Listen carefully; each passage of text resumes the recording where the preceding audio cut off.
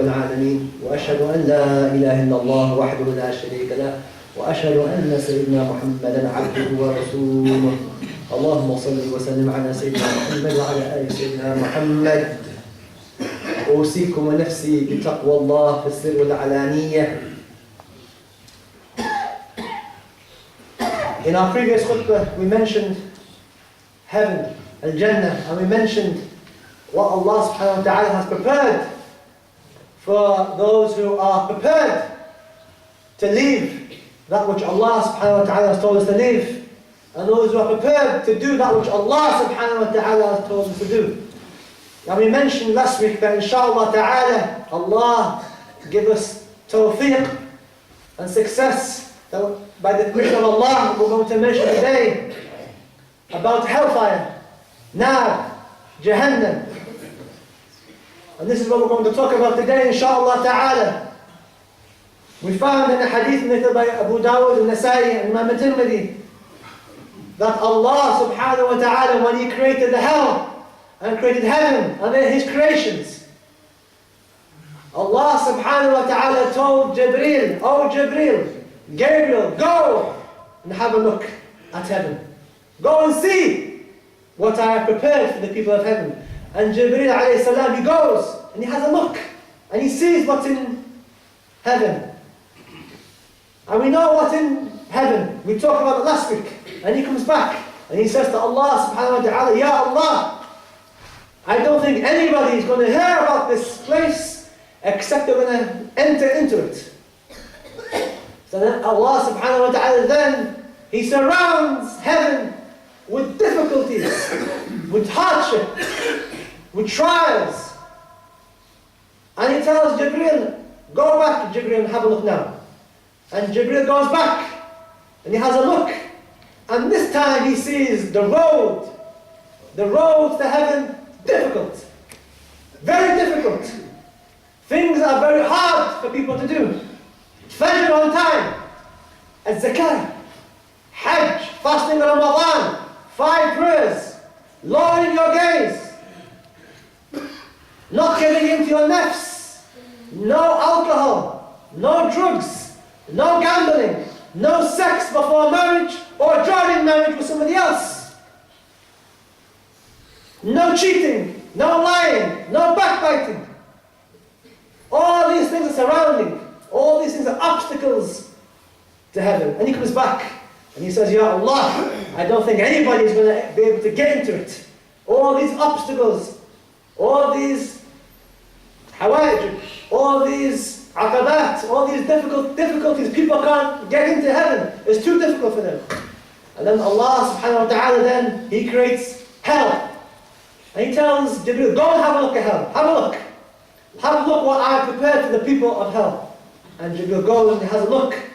And he becomes so frightened by what he sees that he says in the hadith that he sees that hell is eating itself from inside. It's eating itself from inside. And he comes back to Allah subhanahu wa ta'ala and he says, "Ya Allah, I don't think anybody's going to hear about this place except they're going to run away and not go into it. They have to be crazy to go into this place. They have to be crazy to be able to do anything or attempt to do anything that's going to make them go to this place. They have to be out of their minds." And then Allah subhanahu wa ta'ala then, He makes the paths to hell very easy. Do what you want. Don't pray. Sleep with whoever you want. Say whatever you want. Steal, lie, cheat, backbite, kill, deceive. Do whatever you want. No problem. And then he goes back and he sees how easy it's going to be for people to fall into hell. And he comes back and he says, "Ya Allah, I don't think anybody will be saved from this place. The path is so easy that they're going to fall into it." So, we have to understand that hell is a very real reality.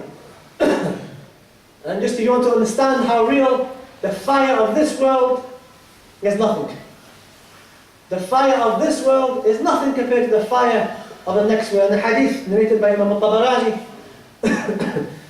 which Sayyidina Umar ibn al-Khattab narrates, that Jibreel alayhi salam, the angel Gabriel again, he came to our Prophet sallallahu alayhi wa sallam, and in one narration, Jibreel had his head down and he was sad. And he came at a time that he would not typically come to our Prophet sallallahu alayhi wa sallam. And the Prophet said, Ya Jibreel, لماذا أنت متغير اللون? Why is your face different in colour? Why are you sad? I haven't seen you like this before. What's making you sad? And he says, I've just come. And he breathes from the hellfire. A breeze, a wind from the hellfire. He didn't see it. It's just a breeze. You know, when you open the door or you open the window, some cold comes in. That's nothing compared to the outside. It's just a breeze came in. And I caught a breeze. And I became saddened by this. And the Prophet ﷺ said to him, Oh Jibreel, tell me about Nar. Sit in Nar. Tell me about, describe to me the hellfire. And then he said, Allah subhanahu wa ta'ala, He ordered the hellfire to be heated. 1,000 years to be heated. Until it became white. And then He ordered hell to be heated again for 1,000 years. Till it became red. And then He ordered it to be heated 1,000 years again, until it became black. And that's how it is now. It's black. And if you ever have coal, you burn some coal, or fahm, for bukhur, and you burn the coal, you know it changes colour. Hellfire has been heated 1,000 times, and 1,000 times, and 1,000 times. And people, they find it hard to pick up a piece of coal. So then, the Prophet, Sayyidina Jibreel, then went on to say that the flame of hell never goes off. It remains.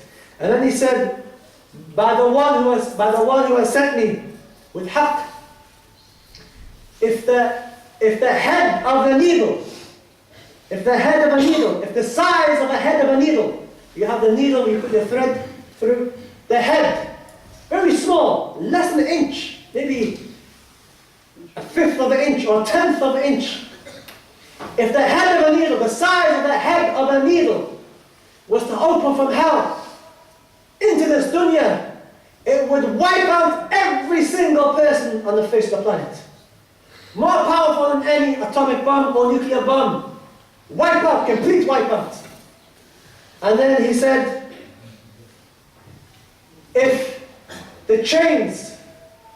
one of the chains of the hellfire that people have around their necks, just one of the chains was placed on a jibal, all the mountains of the dunya, it would melt through all the mountains. One chain, melt through all the mountains in the world until it reached the bottom, the core of this world.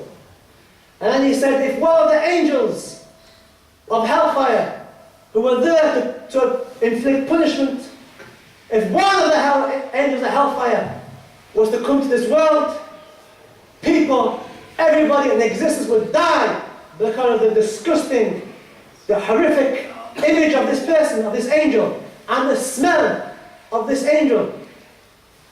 Just one angel. And hell has many angels that are going to inflict punishment on you. And then he said, then the Prophet ﷺ, his heart couldn't take it anymore. And he said, Hasbi, Hasbi, Hasbi, Ya Jibreel. Enough, Ya Jibreel, my heart is going to burst. And then the Prophet ﷺ looked at Jibreel, and he found Jibreel crying. He said, Oh Jibreel, why are you crying? And you're safe. You're safe from the hellfire. Listen carefully.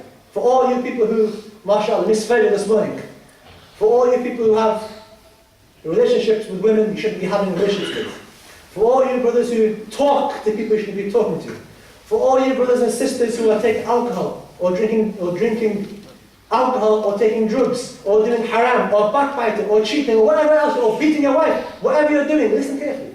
Listen to what Jibreel said. He said, I fear Allah.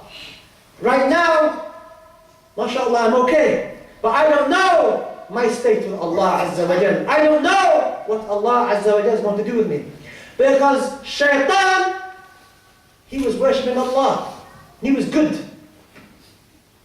He was better than most of the angels. And look what happened to him. He was thrown into the hellfire. So I don't know how safe I'm going to be. And he said, and I don't know what's going to happen to me. And that's why he's crying. How many of you have cried over health? You've cried over losing some money. Yes, you've cried over losing your mobile phone. You've cried about maybe your wife not being nice or your child. But how many of you cried? How many of you cried about hellfire? That one day you may fall into hell. And don't think that, that just because we're Muslim that we're exempt from hell completely. Because we know some of the Muslims were going to enter into hell. Not forever, but for a period of time. And then the Prophet ﷺ began to cry. He began to cry. And then a voice was heard from an angel saying, "Oh Jibreel, wa ya Muhammad, don't be scared, don't cry. You are protected from the hellfire. You are protected from the hellfire. No need to cry. However, you and I, we're not protected. You and I may fall into this place. You and I, like what we do today or tomorrow, or what we've done, if we don't ask Allah to forgive us, you and I may fall into this place. Our children may fall into this place. And many children now, if you look at their path they're taking, they already might as well be there. One of the teachers in one of the schools said to me, "Could you please give me some advice?" Because the children, Muslim children, in their class, she said, if I was to tell you what they're saying, it's pornography. What they're saying, the types of things they're saying. And they're not even bad at it, 12, 13. They don't even reach the puberty, and they're talking about sexual things. And so you hear, maybe your children are talking about these things. At the very least, I guarantee your children are hearing these things. So this is what's happening now. So our Prophet ﷺ, Jibreel then raised his head after being sad. And our Prophet ﷺ got to the left. And he found his Sahaba. He found his Sahaba laughing and joking. And there's nothing haram with laughing and joking. Nothing haram as long as it's permissible. And you've got to understand the state of our Prophet. What he's just been told. And who he's been told by, and who just cried in front of him. And he sees the Sahaba laughing and joking, and he comes to the Sahaba and says, "You're laughing and joking? If you knew what I knew, you would cry less. If you knew what is waiting for you behind, hell is waiting for you. If you knew about it, you would cry less. If you know what I knew, if you know what I know, you'd laugh less and cry more. And you will not be able to eat or drink." This is what our Prophet ﷺ said. And these are his Sahaba. His Sahaba, and mashallah, no problem about the Sahaba, mashallah. But I think you and I, we're going to have the problems. You and I, we have to stand in front of Allah subhanahu wa ta'ala and mention why we talked to that girl, why we drank the alcohol, why we slept around, why we missed Fajr, why we lied, why we cheated, why we backbited, why we missed Jum'ah. You think Allah's not going to ask you, and Allah's going to ask you. And Allah's going to ask you, hey, you came to the khutbah. Allah's going to ask me before asking you. Am I acting by what I'm talking about? And then He's going to ask you, did you act by what He was saying? Because week in, week out, He's talking to you. And you're going to go by as if, mashallah, nothing happened. Nothing. You're going to think about it, you're going to go back and continue in your life. You're going to continue missing Fajr in the morning. Continue doing the haram things that perhaps you're doing. So we should make tawbah. Ask Allah Azza wa Jalla. There's hope. There's hope. Wallahi, there's hope. As long as you're still breathing, you're still alive. Ask Allah Azza wa Jalla to give you strength to wake you up in Fajr. Give you strength to leave the haram relationship. To give you strength to have a halal job. To not steal. Give you strength to control your tongue. Give you strength to control your eyes. Give you strength to control your heart. Give you tawfiq, success to help your children. To guide your children. Next week we have a khutbah, it's 10:30. Bring your children. Get them out of bed. Bring them. If there's girls, we have a center. Bring the girls. Let them hear the khutbah. Because next week we're going to talk about hell. And believe me, many of our young boys, they need to hear about hell. Many of them need to hear about hell. Believe me, inshallah ta'ala. So you make sure you bring your children next week for the Jum'ah khutbah, inshallah. It's wajib alaykum to bring your children, inshallah, let them hear something about the khutbah, because you either teach them now and be happy, or neglect them like some of you are already doing, and you can cry. Inshallah. So, this is all I have to say, inshallah ta'ala, for those whose hearts and minds are awake. It's going to be enough. Those who are asleep, come to khutbah asleep, every week asleep. And mashallah, look at the clock, what time is it going to finish? Then khalas, you take care of yourself, and mashallah alayk. عباد الله اعلموا ان انفع من الانسان في هذا الزمان الاتصال بسبب وتسد واجعال واستغفار وامنا اليه وقراءه النهار وقراءه الصلاه امين